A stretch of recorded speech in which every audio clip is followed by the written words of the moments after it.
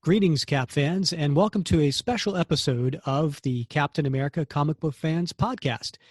I am your host, Rick Verbanis, and today I am joined by our special guest, Catherine Schuller-Gruenwald. All Cap fans and really all Marvel fans know who Mark Gruenwald is. Mark, or affectionately referred to as Gru by many, was, of course, the Cap series writer from 1985 to 1995, and unfortunately, he passed in 1996. However, Catherine was Mark's wife at the time, and she proudly continues to keep his legacy alive, and we're happy to have her as a guest today to talk about Mark's career. Welcome to the show, Catherine. Hi, it's great to be here. It's always great to talk about my husband, and especially with people who understand and appreciate him. You found the right group, because I know. You joined our Facebook group back in October and have been pretty active with your comments and sharing stories about Mark. So I can't wait to dive in.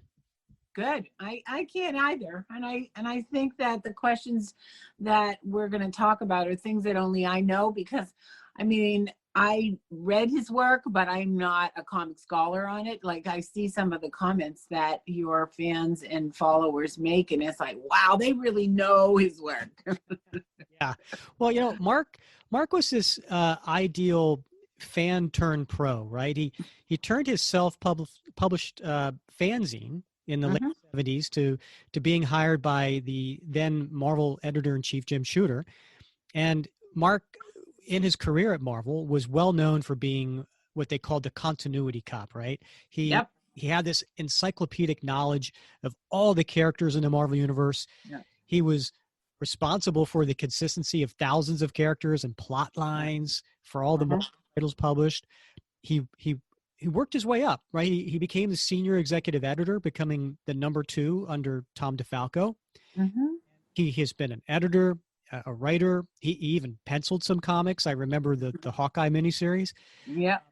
So while his highlights may be, for some people, like creating Quasar, for example, and writing that entire series.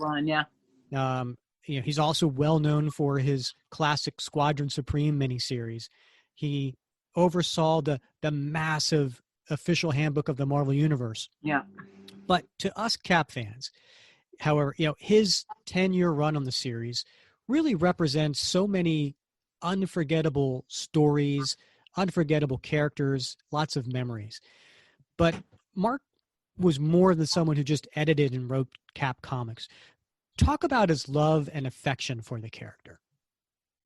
Well, that is, you hit the nail on the head with love and affection for a character, because I think that he took it over when Marvel somehow thought that Cap was irrelevant, and it was a difficult sell, the word patriot, and it just wasn't cool to be rah-rah American in 85. And he took it on because both of us are from the Midwest. And when I first started dating him, I realized that he actually lived a life like Captain America. And I know it might sound corny, but he always tried to do the right thing. He always had integrity, and he believed in the American dream. He believed in the system, and he wasn't, he was kind of a hippie too. We both were.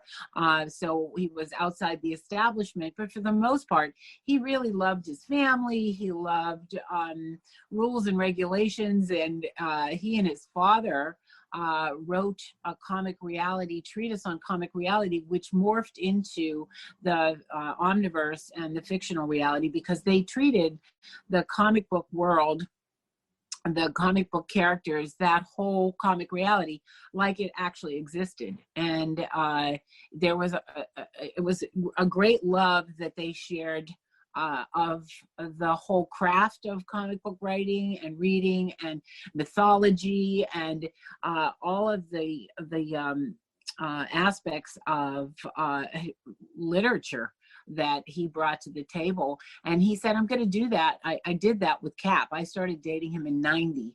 So he had only been on the series about 5 years, but he had done some of the best the best stories by that time that are still used to this day, because he tried to make Cap real and conflicted.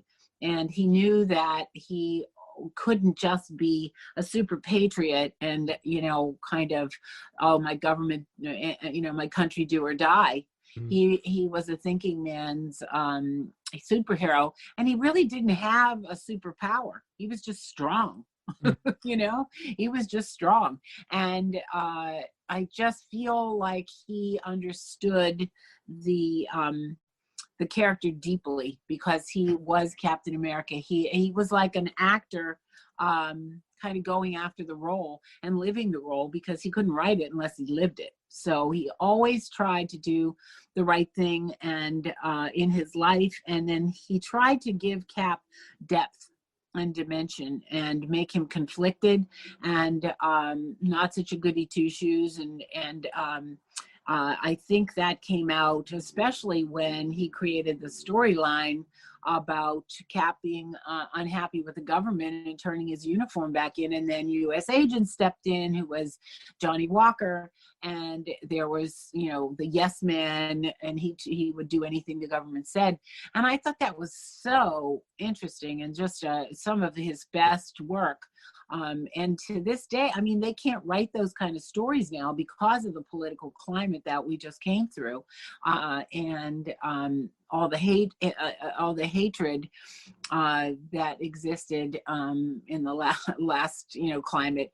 It just made it so that you had to go back to the 80s for those kind of stories and that kind of character development. And I think they're opening, Disney is streaming the first, Winter Soldiers, that whole Johnny Walker, USAgent. I think Kurt Russell's son, Wyatt Russell, is playing USAgent. So he's, his character, he created that character. And that's going to be right out of the gate. And that's actually the first thing they're leading off with. Yeah, and we certainly want to talk with you about that character. But you mentioned something I want to go back to, which is about Mark himself, right? Being a someone who always wanted to do the right thing, someone who always was, not only for himself, but talk about, his, when he looks at the different forces of oppression and intolerance in America and global society at the time, he often addressed this in his writing. And if he hadn't gone down this path of comics, what do you think he would have done instead of comics, being that was his nature? Yeah, and he always said that he was born and comics were the only things that it was his only form of entertainment. He grew up reading comics. He was a Stan Lee fan. He was a Justice League fan. And I think because he was taking me to a lot of screenwriting courses, and I think that he loved stories. And when he saw, artists coming up the ranks, he said, I got to write. I've penciled, enough, and I know what good drawing is and good illustrations are and good comic book art, but I think the stories and the continuity are something that I can sink my teeth into. So he really did do that for the industry and really made it so that his contribution was continuity. His contribution was, making sure the characters were respected and used in the way they were supposed to be used. And he was the custodian of the Marvel universe. And I think that, he understood the whole scope of Marvel, and he also loved working with the people at Marvel. Because when I first started dating him, I went to his apartment and he had pictures of everyone he worked with at Marvel on the walls, framed 8x10s. Who takes their, people they work with home with them? I said, this is like his universe that he works with and loves, and he takes them home and looks at them on the wall. It was just, to me, I fell in love with him that moment, and he had a little place on the wall, and he put me up there, and it was just, he did those kind of significant things that you knew it came from his heart. And he was just he was such a natural, authentic kind of guy, and things evolved to him. You know, he didn't think to do that. It just evolved, and he was the right person at the right time at the right job. And his career was, you know, he was a comic book writer, and you know, at the same time he saw that the cinematic special effects were coming up, so he was kind of gearing up for that, because he said, I think the movies are going to be the next big thing, because really there was only Batman and Superman who really had great movies out. I mean, that Captain America movie, that was a joke. I mean, those little ears, you know, on the cap helmet. It was a joke. But he used to bring, fans would send him, you know, CGI, kind of pre-CGI stuff. And I remember watching Silver Surfer, and he said, we're really close to special effects being, you know, what the fantasy can actually be portrayed at in the movies. And he was so right. So I think he saw the writing on the wall with that. And, you know, he was taking tons of screenwriting classes, and he dragged me to those, but he didn't drag me, you know, we went together, but he made everybody at Marvel, that who he loved and who he respected, take screenwriting classes too. Because I think it just made the stories better, because he was a story freak. He loved good stories, good stories. And, you know, I think he was, people don't realize it, but he was super into Joseph Campbell. I mean, that was his secret sauce, the hero's journey. And also, we watched this miniseries, and I've watched it because it's been remade, but if anybody has been following the miniseries Poldark, that was one of Mark's favorite miniseries episode, Masterpiece Theater. And Poldark was really Captain America. I think he gleaned a lot of ideas from the way Poldark, he was an everyman. He was kind of an upper class, but he didn't identify with the upper class. He thought they were, you know, hypocritical and, you know, full of, you know, fraught with contradictions. And he was much more for the everyman. And a lot of the elements of Poldark I saw reflected in Mark's writings, and we watched that together. It was just such a great series too. And I watched it again, and the remake is even better than the Robin Ellis one. But I just think he, you know, he would have gone into screenwriting. Yeah. That's fascinating. And I can totally see that screenwriting classes would certainly help in the comic book writing, yeah, because of the visual. So, and you mentioned fans would bring him things sometimes, right? Mark was a big collectible guy, wasn't he? I mean, he had action figures and memorabilia and stuff like that. Mm-hmm. Yeah, he had 3 of everything. He said he had one to display, one to play with, and one to keep and you know, put away. So there was like so we had 3 of every action figure. Not just one. So, and he would you know, hang them up on the walls in, you know, the laundry room was decorated with action figures in their packaging. Sure. He also took favorite covers from the 60s and 40s and 50s, and he had Xerox those, and he had them framed. So his favorite covers were all over the apartment and our country house. And he was going to do something with making modern day covers look like those old covers, because he just, you know, he had such a love for them. So it's, you know, that's a he collected mostly action figures and comics. Yeah, in fact, when he used to have to buy a comic that his mother made him throw out, he would send her the bill. He was like, it was 10 cents when I bought it, and it was $400 now, Mom. Thanks a lot. But, you know, she would have that fit where, get these comic books out of here. But, you know, he complied, but then he regretted it. So he would have to fill in his missing, got it, need it. And so he collected comics pretty much. And I think when he passed away, I had about 25,000 comics. Wow. Yeah. So he collected them, and then I just had so much stuff. I mean, he collected a lot of things. So, and stuff from, you know, everything meant something to him, and he kept it. He kept it. So I had a lot of stuff, and I sold them to the Metropolitan Comic Book Store, and they had a piece of paper inside that said it was the property of Mark Gruenwald. Mm-hmm. So there was a kind of providence kind of thing that would go with buying something, but they just bought everything. I didn't cherry pick and use the Overstreet price guide and see which one was more valuable. I also learned the difference between mint condition and good condition. If the staple was rusted or the page was turned, it decreased the value by hundreds of dollars, you know. So, but I had a friend who was a fan of Mark's come over and put the whole collection together.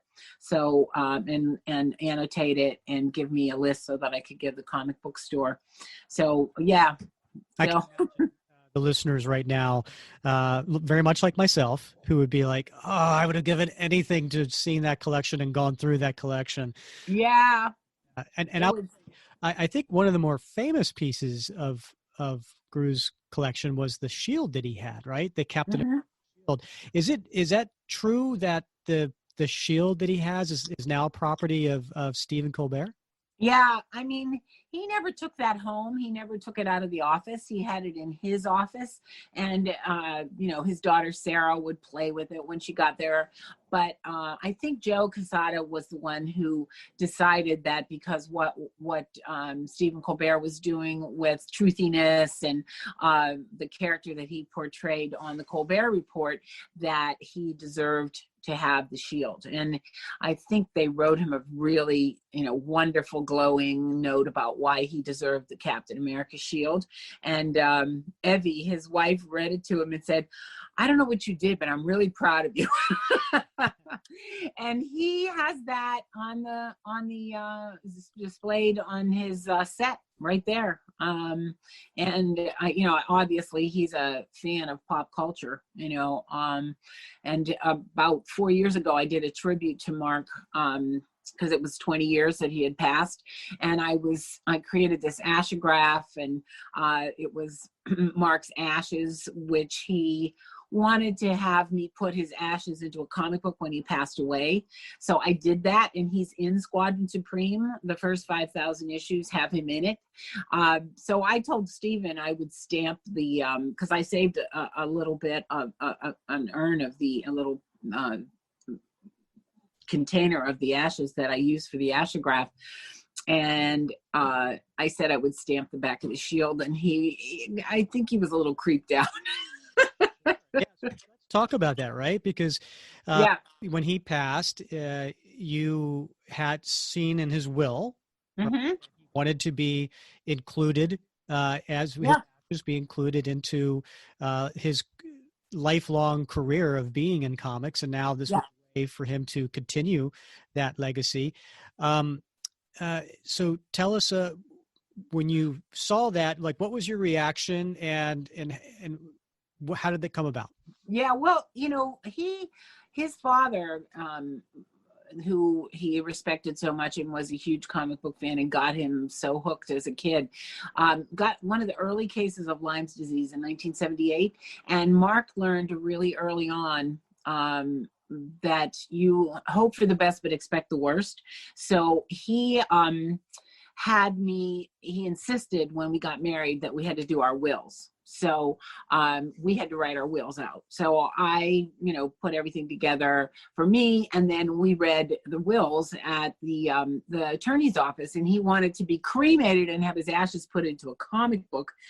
And I was like, yeah, right, okay, keep that in. I'll never have to do it. Cut to 3 years and 10 months later, I was faced with the morning he died that I was going to have to do that. And I said, oh, this is really interesting. Well, he threw himself into his work. So I called Marvel, and they said, yeah, let's honor that. But some of the fans might know this, but he actually went into the Marvel Universe poster that Christy Sheila actually colored, and he's actually in the poster. That was the first thing that we put him into, and he's in the ink. And then Marvel said no. He specifically said he wanted to be in a comic book. So they said, let's make Squadron Supreme that graphic novel that he's going to go into. Alex Ross did the cover. He actually gave me the artwork from the cover, and he said to Catherine, and I'll miss Mark, and he was just really so kind. I didn't even know people did that, give you original art. And so I have it framed, but yeah, so I think it was right around the time, and Marvel asked me to write the preface to Squadron Supreme. So I'm, kind of like, the widow who made that happen. And it became my doorway to his legacy advocacy work that I'm doing. And everybody knows that, I wasn't a comic book scholar, but I knew the man, and I knew what made him tick, and I knew he chose the right woman for the job, because his wife would never have done that. She was Jewish. She would have gotten him into the ground. She was so angry that I did that whole Ashes in the Comic thing, and she wouldn't even let his daughter come to his tributes because she thought it was all going to be about those ashes in the comic book. And I was like, are you kidding me? That's just one aspect of what I did for him. I had tributes and lots of things that we did for his life to honor him, but the comic book thing was just a tip of the iceberg. So unfortunately, Sarah never got a chance to go to any of those tributes, and I think she would have loved to seen how everyone, I was blown away about how everyone cared so much about him and was so deeply moved and touched by his passing, and how they thought that it was like the end of an era. He was the heart and soul of Marvel Comics. He was fan turned pro, like you said, but he was the patron saint of Marvel. And he even said to me, my initials are MEG, Mark Eugene Gruenwald. I am Marvel Comics, Marvel Entertainment Group. Yeah. He really felt like he was really one with that whole experience. It wasn't a company, it was an experience he was living, and he honored it. And he made he just made everything fun. Every day was fun. He was a prankster. Yeah. He made every day a ball, a blast. And that's hard to do with people who are on deadlines and, trying to make sure that all the comics are out on time. He made it fun. It was like that whole anarchistic National Lampoon kind of feel to The Office. So just talking about that, because Gru was famous for his practical jokes. Can you share any that come to mind? Yeah. There's so many, but the one big one that I don't think anybody really knew was happening, because it evolved. The practical joke was one that was immediate, and the other one would be annoyingly long.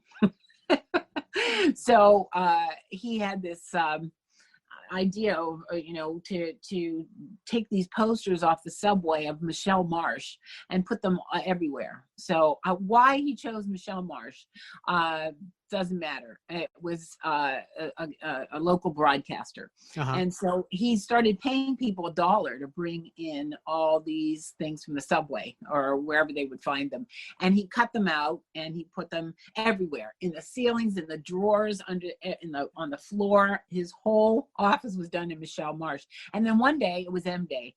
They dressed up in Ghostbusters outfits and they disassembled it, and they created cutout faces with like popsicle stick masks. And it was the planet of the Michelle Martians. And they went into a room and they all had the same Michelle Marsh face. And Danny Fingeroff said to me, and they got work done. This was a work day. And I said, yeah, that's what Mark used to do, is make things fun. And then it was intensely fun. So you had to get on board or, get off the tracks or, get on the locomotive. The other thing he did was Shooter used to hover over him, and you don't hover over Mark because he's doing his work, right? He doesn't have to be watched or supervised, and it used to bother him that Shooter would breathe down his neck. So he figured out a way to keep Shooter from breathing down his neck, and he built his desk against the wall. So imagine his door is across the room. You had to walk, and he put his desk on a high platform, like about 4 feet up, and his back was to the wall.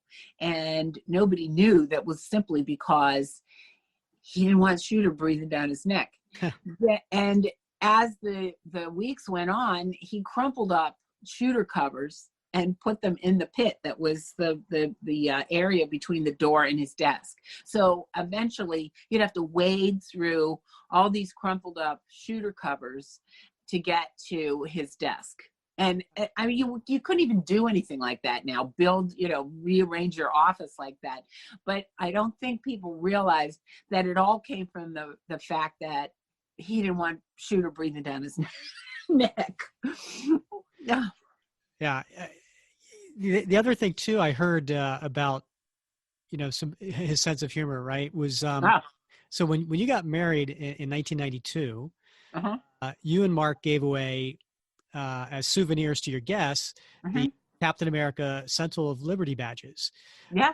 But there was also some other fun things too at the. Oh yeah, he didn't find bedroom humor funny. He found bathroom humor funny. So we had a whoopee cushion. So he loved, the fart noise. He found it ecstatically funny. And we had M&Ms. We made C&Ms, and we had a paddle ball because he would, see how many times you could keep the paddle ball going up in the air, because that's, what you do when you're bored and looking for storyline continuity, and all the different things that, were, and then a Frisbee, because he loved the Frisbee. But Rick Parker actually had done the artwork into comic book form, and we had the Frisbee made with that artwork. So it was, we had the Frisbee and the Sentinel badge, the M&Ms, the C&Ms, the paddle ball, and the whoopee cushion. So we actually, at the event, we had a 21 bun salute. So everybody had to sit on a whoopee cushion at our wedding. So it was, it was, what can I tell you? It was a really, and our opening dance just wasn't a dance. It was, we had to go to dancing lessons and have a choreographed opening dance to the love theme from Blade Runner, One Last Kiss. And I said, oh my God, they're going to listen to the lyrics to this One Last Kiss, and it's got this real kind of retro romantic theme to it, but it's like, it's the Blade Runner theme. So he got a kick out of that, but he loved the fact that I went along with everything. And the fact is that he got a lot of credit for the funny things in that wedding, but it's actually me channeling what I thought he would find funny. Oh. And, I wrote there was an epithet that it was a poem that we did to the whoopee cushion, and it was something like, together, raise up your glass and together pass gas. And it was, everybody sat on the whoopee cushion, and Howard Mackey juggled wine glasses and said you had to have commitment and communication and compromise to make the marriage work. And so everybody was having a great time. It was a fun wedding.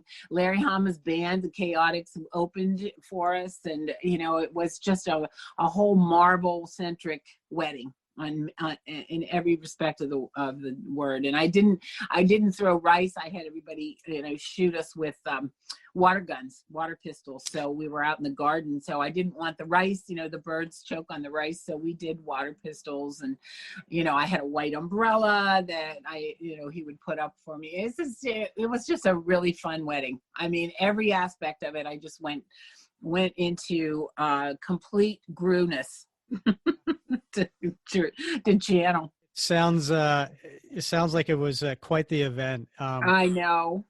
And we'll be back right after this short break. So I want to talk to you about some of Grue's stories for Captain America, right? So, he had that decade of writing Cap, and Grue was known as being an idea factory. He was great with so many different ideas. He created so many memorable characters. You mentioned John Walker, right, who became the U.S. Characters like Diamondback, Crossbones, Flag, or many others. Flag Smasher. Was there one or two that he was particularly proud of, or just enjoyed writing? I think he loved Diamondback, especially when she was Cap's girlfriend. Yeah. I think he really got a kick out of that. But I think he also loved Quasar, because that was his. He loved Quasar, and he named him Wendell Vaughn after his brother-in-law. And he enjoyed product placement to the max. So I think that the free spirit character that he created towards the end of the run, that was based on me and my niece. So my niece came to visit us for about 8 weeks, and all of a sudden he was creating this character, Free Spirit. And he said it was Kathy Webster, and Kathy Weber was her name. And I was like, that's such an homage, to how he worked and how he took the time to, kind of bring his life into his work in so many ways. Yeah. It was a really interesting way that he operated. Yeah. And he wrote so many amazing stories, right? You mentioned, when Steve Rogers was presented by the commission, his choice, decided to give up being Captain America. He became the captain. John Walker was the replacement as Captain America. And really, I think for many Cap fans, that was the pinnacle of Grue's work on the series. And I remember reading an interview with him, and you mentioned also that, the stories, about being a patriot back in 1985, and, back in the 80s, we were, guys like John Rambo, right, by Sylvester Stallone was, all the rage. And there were Marvel fans that just said, you know what, Captain America is such a Boy Scout. We much rather see him more like Rambo. And so Grue kind of wrote this story of like, okay, well, I'm going to give you Captain America as Rambo. And it was a lengthy story, but it was worth every page. And it basically kind of at the end showed that, there can only be really one Captain America, and that's someone like a Steve Rogers. Can you talk about his thoughts of the fan reaction to that storyline at the time? He would talk about the fact that he said, I don't have many fans, but the ones I have really get me. So I think that he wasn't writing it so much for anything other than what he believed in, and either the fans were going to get it or they weren't. And I remember one time we were at a convention, and it was like 7:00 in the morning, and this guy jumped out of the bushes, and it was almost like a Misery. Remember that movie Misery with Kathy Bates and James Caan? And it was almost like he started screaming at him how he didn't like what he was doing to Captain America. And whoa, your fans are fanatic. And we were both kind of shaken by that. But I think that for the most part, in retrospect too, in hindsight, I think they didn't appreciate Grue, and he was just another great comic book creator in the midst of a lot of great comic books that were coming out. But now when you really isolate it and see what he was really trying to do, and, people were reading it, and now they've got a nostalgic association because they were reading it, and it was a cliffhanger series. I mean, you wanted to see the next thing, you want to see the next thing and the next thing. And he used to come out of the study and, shaking his fist in the air saying, I've done something no one can do before me in comic books. I've done the definitive, and he constantly was looking for that. It's never been done before. And no matter what, that's what he was going for. And he wasn't trying to get a fan reaction so much as just trying to leave a significant impact on comic books and not make them boring. Because he said, every comic book is somebody's first, every comic book is somebody's last. So you have to make the story so that people are engaged and understand what's going on, and also have a connection to it, and really find it fascinating. And I think that's what he was trying to do, is make Cap multi-level and in very depth, have a lot of depth to his character. And it was pretty interesting how the fans would react. And you loved him or hated him, but and now in retrospect, he was just another great contributor to the Marvel universe. But now you realize what a special talent he was. Yeah. And they don't have people that follow continuity and care about the characters and really want to develop a story arc. I saw how he worked. He was meticulous. I mean, the guy was really OCD, and he would plot things out, and he had a whole way of working, and he taught other comic book editors on every Monday. He had an assistant editor class who he would teach people who were coming through Marvel, the assistant editors, how to write comic books. So I'm kind of creating a master class based on that editor's handbook called What Gru Knew and You Should Too, because it's really about the love of continuity. Yeah, he was and good storylines. He was the master when it came to subplots and all stories that were going on and at the same time, and how he built a story that would someday pay off and someday come back to something he set up maybe 12 issues ago. So you mentioned love or hate, right? So I have to bring up, I'd be derelict if I didn't bring up in 1992, when the same year you guys got married, Gru wrote infamous Man and Wolf storyline, which featured guests like Wolverine and Cable, and which, if that wasn't 90s enough, right? That, very 90s story. He also had Steve turn into Cap Wolf, and, love it or hate it, it's some part of Gru's legacy for the character. And when he was writing that at the time, do you recall what his thoughts were on it? I mean, was he excited about this story? Was there some sort of company direction because he needed to put in these guest appearances?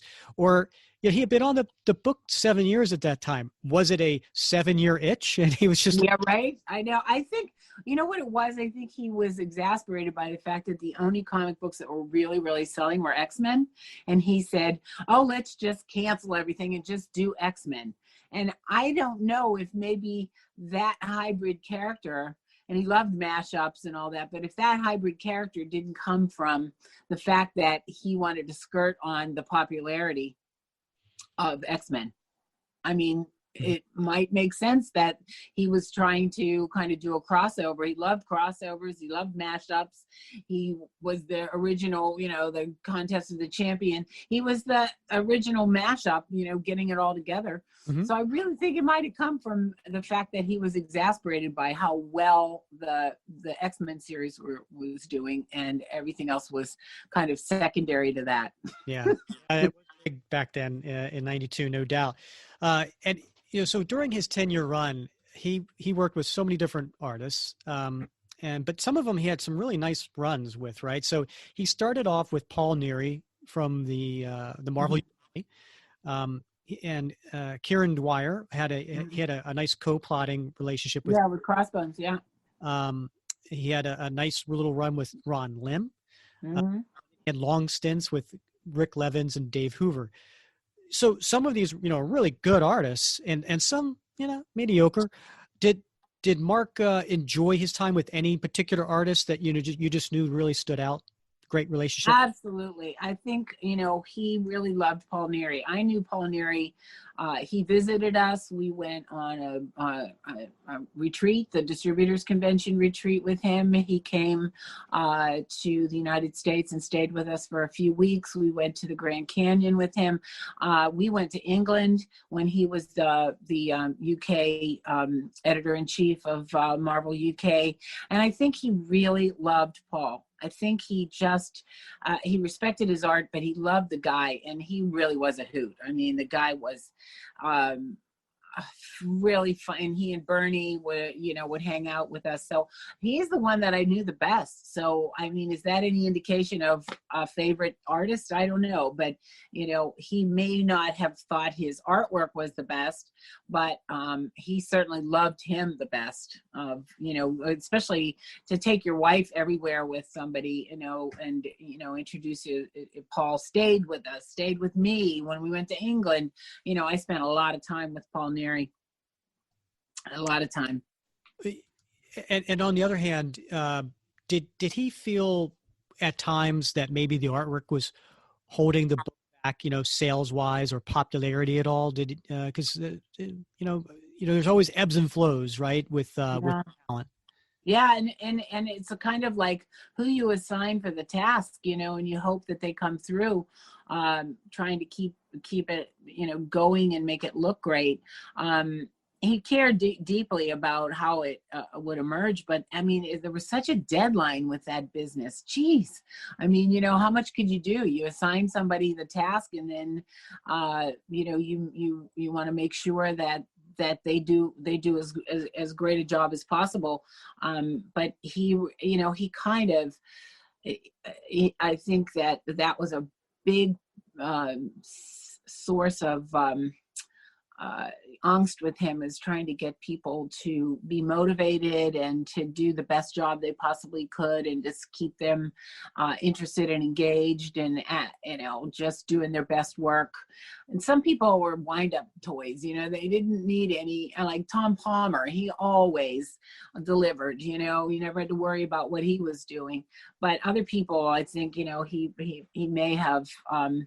He may have felt like it wasn't up to snuff. He was very upset when they took him off the book, though. He was very upset in 95. Yeah, so this is going to be my last year with Cap. Let's talk a little bit about that, right? So Mark passed in 96, and in very early age. He was only 43 at the time. Mm-hmm. And that 96 was a tough year for Marvel because it was hemorrhaging money. They were bankruptcy. Seeing his colleagues being let go, which he had to fire. Yeah, and then, as you mentioned, taking him off Cap the year prior, and then given it to Liefeld. Yeah, so again, he's seeing what's coming with Heroes Reborn. Do you feel all of this is what took a toll on Mark? Yeah, absolutely, absolutely. They broke his heart. I mean,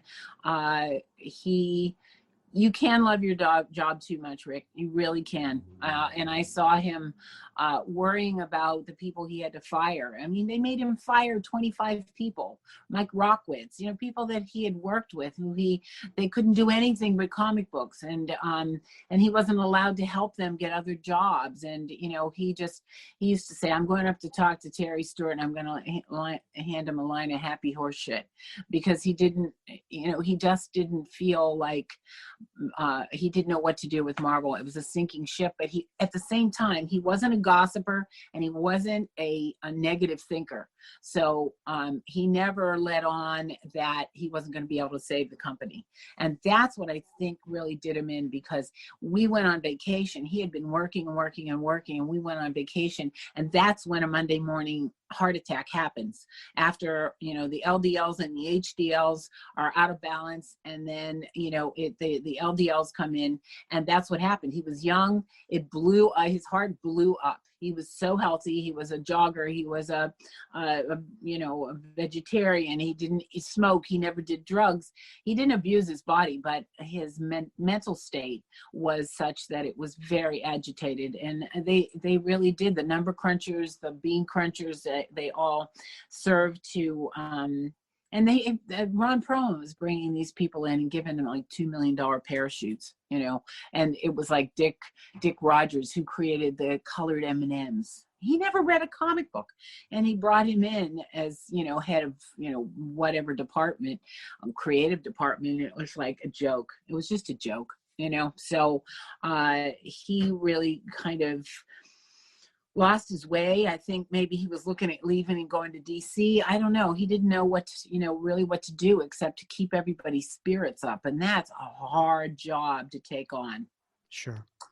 And then, he had that comic book from Ron Lim with him the weekend that he died. So I think it was all just taking its toll. And he had a congenital heart defect. So we never knew that. He had a congenital heart defect, and his father had one too.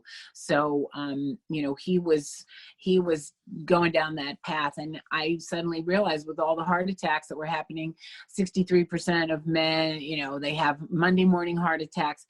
He was a statistic. He was a type A personality, and he succumbed to the pressures of the job, and he took it to heart. He took his role as savior of the Marvel Universe to heart. Well, I know he was very well beloved. And you mentioned that when you did that memorial to commemorate his 20th year of his passing, which was in 2016, so many of his colleagues came to share their thoughts and respects for Mark. Seeing all of these comic legends, speak in such reverence and such awe of Mark, it must have made you very proud of him. And the one that hit me the most was Paul Levitz, because Mark always lamented to me that he never did what he wanted, and he never made a significant impact. He didn't feel like he, made any, real contribution when he looked back on it. I said, that's so sad. Yes, you did. And Paul came up to me and he said he not only, made a significant contribution, but he built a mountain that other people could climb on. And, and I thought that was just such an astute observation, and so simply put. And it just struck me that, he was so humble and so striving for the next big thing that he couldn't appreciate what he had done. And, and Paul said, yeah, he built a mountain that others climbed on for their success. I was like, oh, that's awesome. Awesome. So you're not sure if Mark maybe would have reacted well to seeing this adoration from his peers, it sounds like. Oh, yeah. I think he would have, because he gave it right back to them, and he was upset when Archie Goodwin, got cancer, and he cared very deeply on so many levels about people's lives and about their well-being and about their contributions. And so I think, yeah, he would have said, he said, you're never too, I read his diary, and it's, you're never too young to die. And I can't imagine not having a significant life. So I think the eulogies would have proven to him that he did make a significant impact. And that's what I'm trying to do as his legacy advocate, is to keep that spirit going of somebody who cares about the comic book world, because it was everything to him. It was every form of entertainment all rolled into one, in the highest form of entertainment. And he was obsessed with it. And I think not being in the comic book world, I was a good balance for him, because, I wasn't like a fanatic about the way a lot of the people who read him were. And he said, I really think that was good, because you weren't looking for a job. And you weren't looking for a promotion from me. And, he had a hard time dating, because that's all that was in the comic book world. So, it was like, I was outside of that, but yet it was very related, because I was doing what I loved as a child, fashion, and we were both doing our dreams. And he had a comic group called Cheap Laughs. I had one called The Nerve. So we were all about, the 80s and that whole mentality. about corporate America and all the yuppies and all that. It was corporate greed, Gordon Gekko. So we were both on that same wavelength, and I thought, you know what, I've got a lot in common with this guy, much more than you would have thought. Yes, he was just so much fun, really fun marriage. So, I want to go back to something you had said earlier, and that is that Mark has often mentioned the fact that he didn't think he had many fans, but the ones he did have really get him and what he's doing. After being part of the Facebook group, the Captain America comic book fans Facebook group for a little while now, do you feel Mark may have undersold himself, and that there's many of us fans out there who get him and appreciate all that he's brought to the character and his legacy? Yeah, I think he really he's looking down on all this, saying, wow, I did really I really kind of I did leave a trail of great work. He even said to me one time, I wrote as much as my arm. So when I bound his works and gave it to his library, it was as long as my arm. And he even said that, he said, I've written enough work that is as long as his arm. So there were so many things that he was proud of. It didn't stop him from doing the next big thing or the next best thing.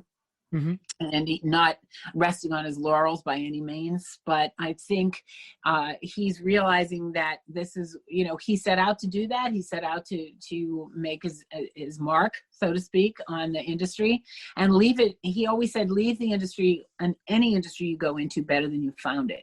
And that's kind of like what I did with the plus size, because I was a plus size model, and it was dreck and horrible when I got in there. And now I think the plus size woman is a real fashion icon in her own right. And I think that was part and parcel to how I viewed it, and I learned a lot from the bullpen and how everybody works together and how you can inspire through your own personal example, not leadership, but example. So I've learned a lot from just how he treated people in his profession with, respect and love, and also a lot of humor, and getting a kick out of them. And, he was a great guitarist. He didn't stop at just comics. He was pretty much an everyman in terms of his talent.